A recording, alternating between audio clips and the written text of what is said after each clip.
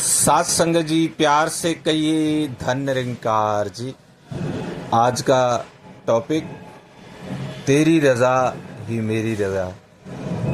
सात संगत जीवन का सार है, ये जीवन का निचोड़ है।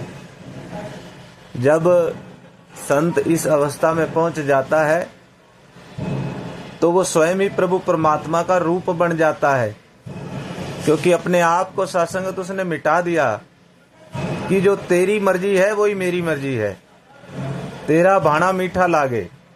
हे प्रभु परमात्मा, आप सर्वशक्तिमान हैं, आप तीनों कालों की जानते हैं, आप हम सबसे प्यार करते हैं। आपने सृष्टि की रचना की और हमें भी अपने साथ जोड़ा, हमें भी आत्मबोध कराया और सारे भ्रम खत्म कर दिए और इस अवस्था में लेकर के आए। तो सच्चे पातशाह आपका शुक्राना।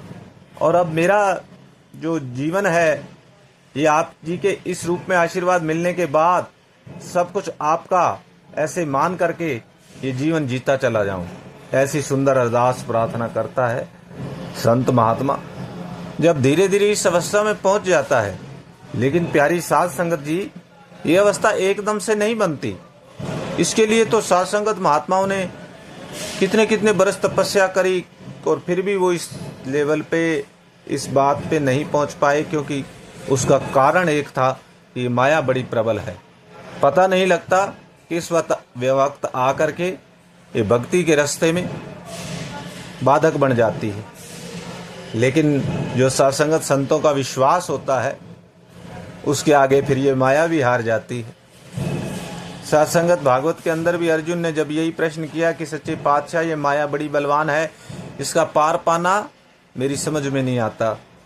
उन्होंने फिर बताया सत्संगत सरलता से कि अर्जुन, आप वाकई में ठीक कह रहे हैं और इसका एक ही रास्ता है कि जब एक संत को ज्ञान हो जाता है, यानी कि प्यारी सत्संगत, वो संत बन जाता है। संत को यदि हम अलग अलग करें तो स मतलब स्वयं, अंत अंत स्वयं का अंत, कि जो मैं पहले जीवन जी रहा था अब मैं अपने आप को साइड में कर देता हूँ या इस निरंकार प्रभु परमात्मा में अपने आप को विलीन कर देता हूँ, बूंद सागर के साथ मिल जाती है तो सत्संगत प्रभु का रूप ही बन जाती है। बड़ी ऊंची अवस्था है सत्संगत, जिक्र कर रहे हैं ताकि इस बात को समझ पाएं, इस बात के ऊपर चल पाएं, कोशिश शुरू करें।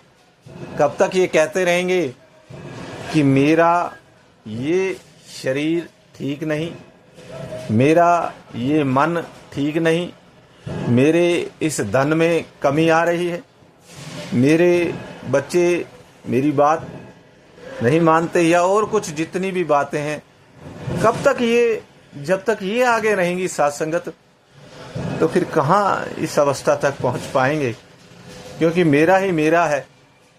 तो फिर ये तू कहाँ से सत्संगत इसके साथ जुड़ पाएंगे।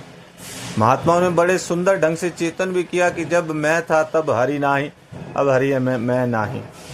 इस सत्संगत प्रेम गली अति सांकरी, इसमें दो न समाये। तो ये अवस्था सत्संगत जब आती है, जब हम सतगुरु के कहे अनुसार सत्संगत सेवा, सत्संग सिमरन, पहले सेवा करते हैं, मन निर्मल हो जाता है, मन झुक जाता है। फिर सत्संग करते हैं तो मन के जितने भी भ्रम हैं और ज्यादा वो खत्म हो जाते हैं, प्रभु के साथ लिव जुड़ जाती है। और जब सिमरन में बैठते हैं तो इसी अवस्था में पहुंच जाते हैं कि ब्रह्म ज्ञानी का सगल आकार, ब्रह्म ज्ञानी आप निरंकार। ऐसी अवस्था में तेरा बाणा मीठा लागे। कितना महात्माओं ने चेतन किया, महात्मा इस अवस्था तक पहुंचे और तब सत्संगत उन्होंने बताया कि जिस विध रखे राम तिस विध रहिए। जैसे भी रख रहे हैं, ऐसा विश्वास हो ना सत्संगत इसके ऊपर, सच्चे पातशाह आप पूर्ण हैं और पूर्ण का किया सब पूर्ण होता है।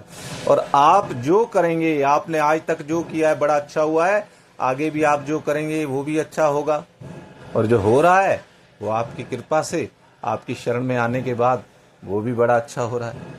ऐसा यही तो सत्संगत गीता का सार भी यही है, यही निचोड़ है, यही द आर्ट ऑफ लिविंग है, जीवन जीने का तरीका है।